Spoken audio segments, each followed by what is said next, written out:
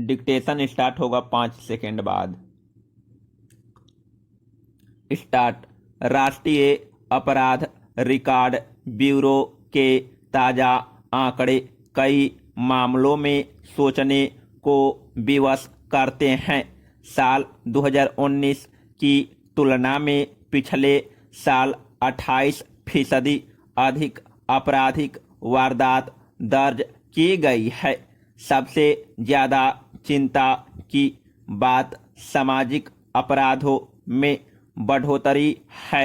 आंकड़े बताते हैं 2019 के मुकाबले 2020 में सांप्रदायिक दंगों में 96%, जातिगत हिंसा में करीब 50%, कृषि उपद्रवों में 38% और आंदोलन व मोर्चों के दौरान हुए फसाद में 33% की वृद्धि देखी गई है। समाज में अपराध का यूं बढ़ना कानून व्यवस्था के घटते प्रभाव का संकेत है। यह राजनीतिक दलों के लिए भी सुखद नहीं है, क्योंकि समाज के सवालों को सुलझाने में पुलिस और अदालत से पहले लोग राजनेताओं से आस रखते हैं।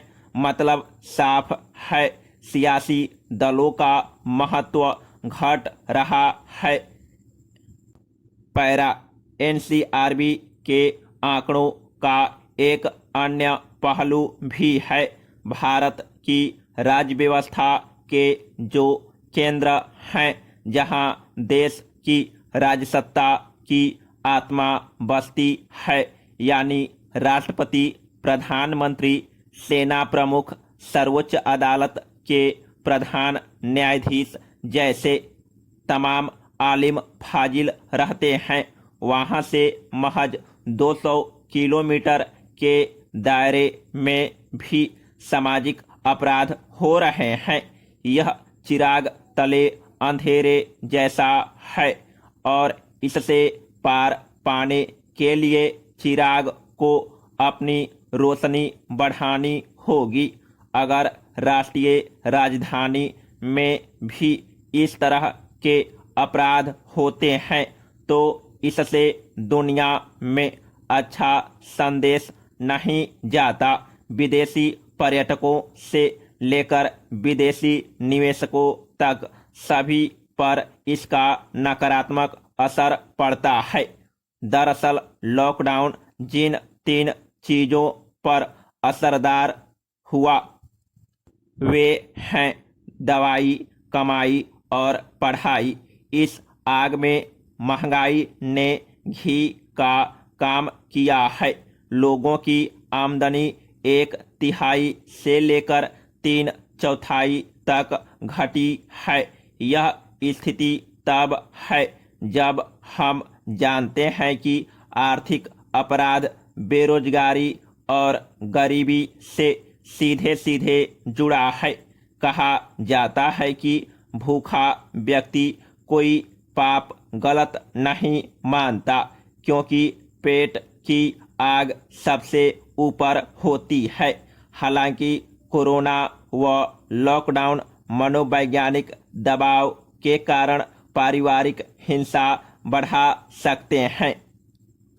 सामाजिक हिंसा में इनका कोई हाथ नहीं होता, इसलिए दलित और सवर्णों के बीच हुई हिंसा या हिंदू मुसलमान विवाद अथवा महिलाओं के खिलाफ बलात्कार जैसे अपराधों को लॉकडाउन से नहीं जोड़ा जा सकता। इसके लिए कानून व्यवस्था से डिगता भरोसा और व्यवस्था का चरित्र कसूरवार है। पैरा। राजनीतिक दल किस तरह से अपराध को खाद पानी देते हैं, इसका एक बड़ा उदाहरण बिहार और उत्तर प्रदेश है।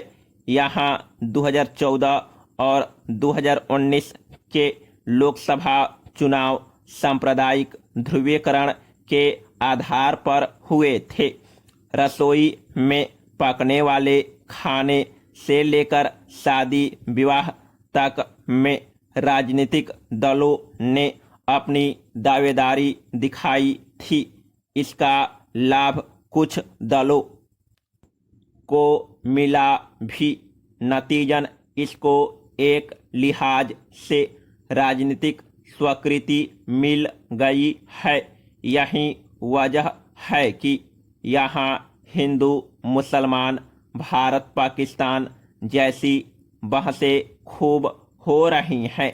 कोई यह कह सकता है कि बीमारू राज्य होने के कारण यहाँ सांप्रदायिकता को बढ़ावा देना आसान है, लेकिन एनसीआरबी बताता है कि महाराष्ट्र जैसे राज्यों में भी जो अपेक्षाकृत विकसित है, सामाजिक अपराध बढ़े हैं।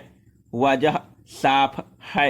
महाराष्ट्र की संस्कृति बनावट मराठा व गैर मराठा की है और इस पर सियासत करने वाले दल सत्ता में हैं।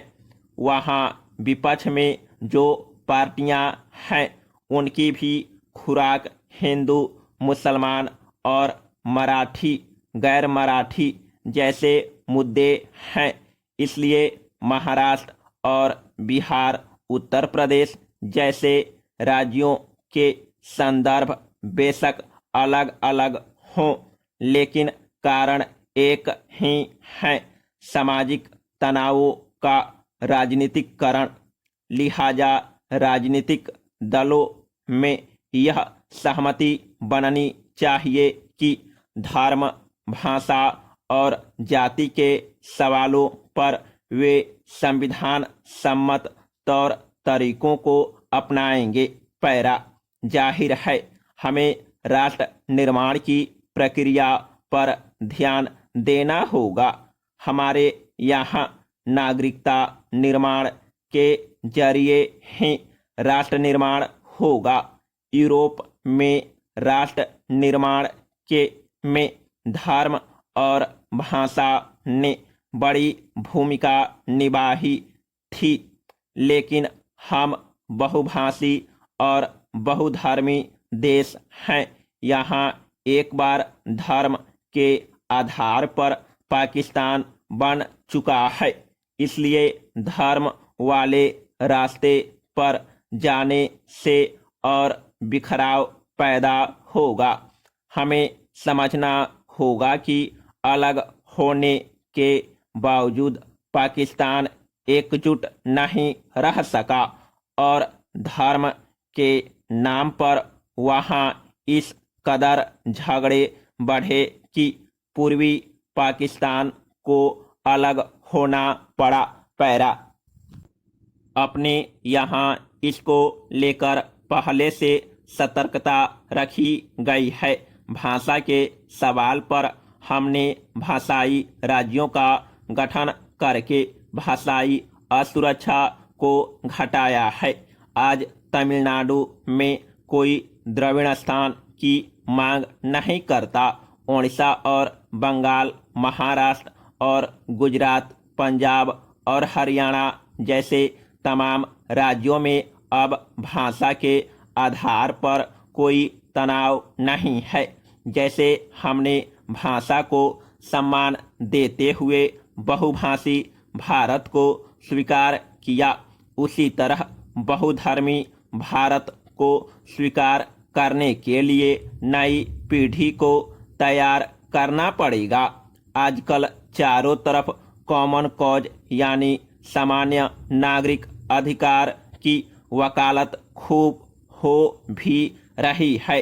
पुरानी पीढ़ी बेशक अपने सवालों को धर्म और जाति के चश्मे से देखने की आदी हो, लेकिन नए उम्र के बच्चे मानने लगे हैं कि धर्म आस्था की चीज है और जाति सामाजिक जीवन का आधार। आज उनकी जरूरत रोजी रोटी और सुरक्षा है, इसलिए नियमों को बदलना जरूरी है। समाप्त।